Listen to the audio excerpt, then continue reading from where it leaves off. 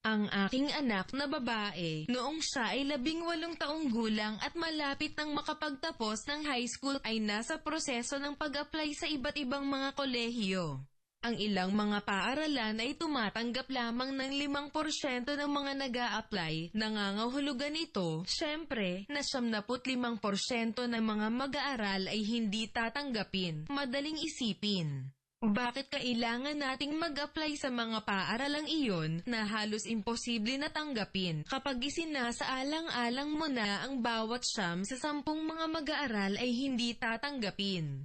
Madali itong sabihin sa aking anak, huwag asahan, hindi ko nakikita kung paano ka makakapasok doon kung hindi tayo mag-ingat. Maaari nating sabihin na hindi siya mag-a-apply sa paaralan kung saan nais niyang puntahan. Maaari mong isipin ang mga negatibong kaisipang iyon, ngunit huwag mong basahin ito. Alamin na ay down ang mga negatibong kaisipang iyon, sabihing, Diyos, alam kong ang aking anak ay nasa iyong mga kamay.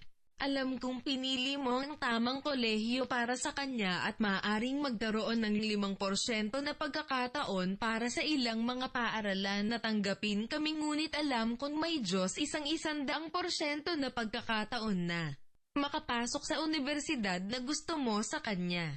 Dahil alam kong kontrolado mo ang buong sansinukob, at oo, pumasok ang aking anak at nagtapos sa kanyang unang piniling paaralan, iyon ay mas mahusay na gawin kaysa sabihin ang lahat ay laban sa iyo, na hindi mo makita kung paano ito mangyayari. Hindi iyon ginagawang mas mahusay, patigilin mo, isara ang labi, manahimik.